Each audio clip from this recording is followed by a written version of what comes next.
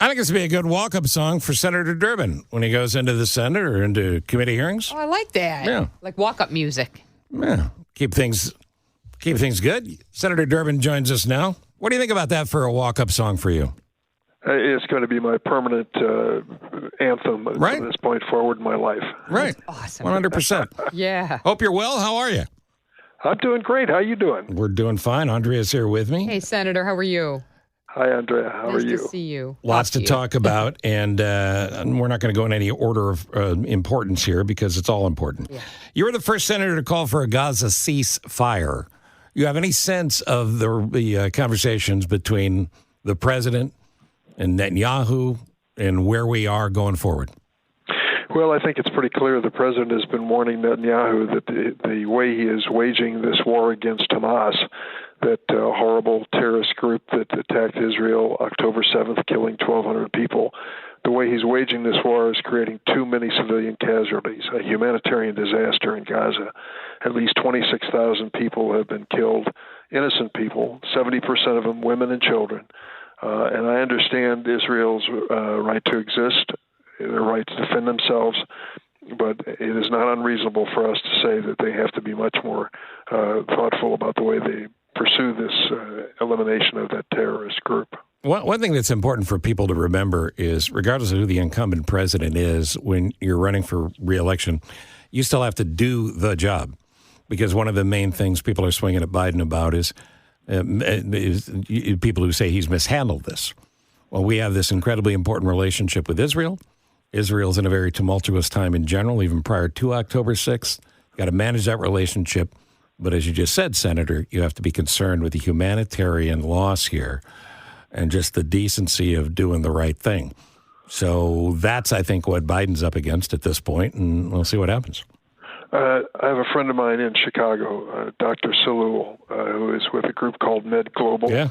They were featured on 60 Minutes not that long ago.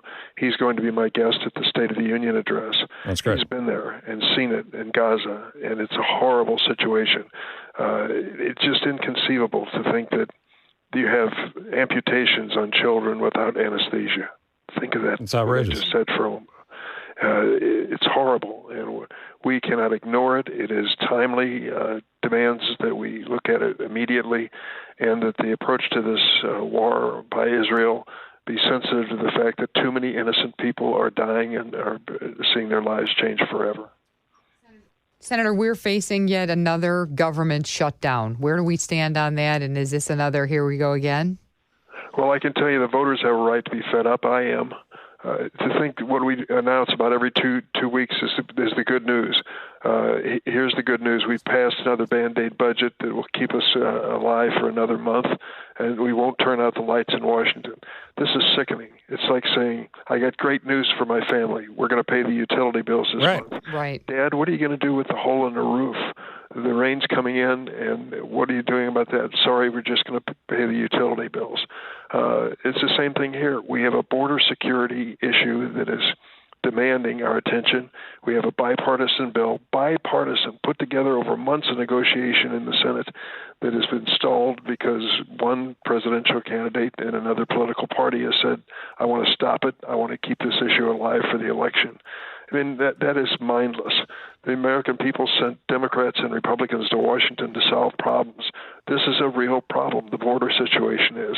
We have, I think, a step in the right direction, a bipartisan bill. We should pass it. And by the way, to remind folks, Senator Langford, not exactly a liberal, is the one that worked on this with Biden forever to try to get it done. James Langford is a very conservative individual, but a very principled individual. I've come to know him very well in the span of the last several years. He was chosen by the Republicans to head up the negotiation. He did a masterful job. He ended up sitting down with a Democrat and an independent senator, and they put together a package which I think can help, and it is a dramatic investment in stopping fentanyl from coming into our country. We lost, 150,000 people to this fentanyl scourge in the past year. For goodness sakes, we've got to do something and do it now. There's no political excuse. You know, we talked about this last time, just briefly, if you would. Is there a reason that more pressure isn't put on the president of Mexico? Publicly, anyway? Well, I'll be honest with you. I've not met the man, and I've read a lot about him, and there are suspicions that he has worked out agreements with the cartels. I don't know if that's true or not. I'm not going to make that charge. But as long as there's a question mark as to whether he's fully cooperating with us, I'm afraid he can't be trusted to be an ally. Senator Mitch McConnell, leaving as the Senate Republican leader, says he will serve out the rest of his term through 2027, and then he will be done. Let's get your reaction. Mitch McConnell and I see the world differently on the political side, but on the personal side, we've had a good friendship, and I'm particularly friendly with his wife, who was a secretary in President Trump's cabinet. We've worked together, and I think she's a professional person that I like a lot. I wish Mitch the best. We disagreed on a lot of fundamental things, and he did some things I wish he hadn't done. I'm sure he can say the same thing about me.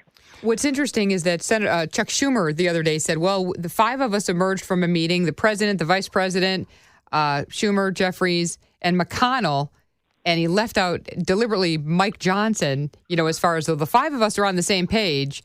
Now we are waiting for Mike Johnson. What is the feeling in the Senate in regards to what we're hearing louder voices say that Mike Johnson can't make a decision? Right.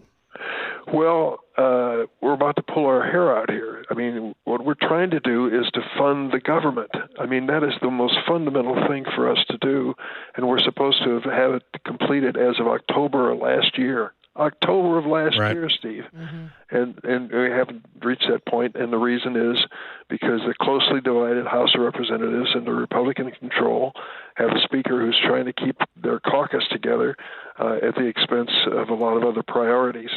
So I don't know the man. I've never met him. In fact, I've never been in the same room with him. I wish him well. We need for him to succeed, and I hope that he will do whatever he's going to do on a bipartisan, constructive basis. The Democrats in the House have said we're willing to work with you, and I believe it. We've only got a minute here to go. Things in Washington have never been more split, probably since the Civil War. You have seen the good and the bad times through your years there. What is your feeling when you wake up in the morning and have to go to work? Well, I'm an optimist. You can't have this job if you're not. I believe that we have a great country and we have a great opportunity to make it better. I'm sorry that politicians in both political parties are disappointing to the public. They're disappointing to me, too, personally. But there are good things that can be done, and I hope we can move forward on the border security as the highest priority right now. Last word, are you lobbying, as we've heard, for Tom Skilling to be the Senate meteorologist now that he's done? Listen, I want him to be America's meteorologist. He is one great guy. Yes, and last night was his final. If you get a chance, see that online. Have your staff pull it up for you. Thank you, Senator. Thanks, Steve. Thanks, Andrew. Thank you, Senator. Senator Durbin live in D.C. this morning.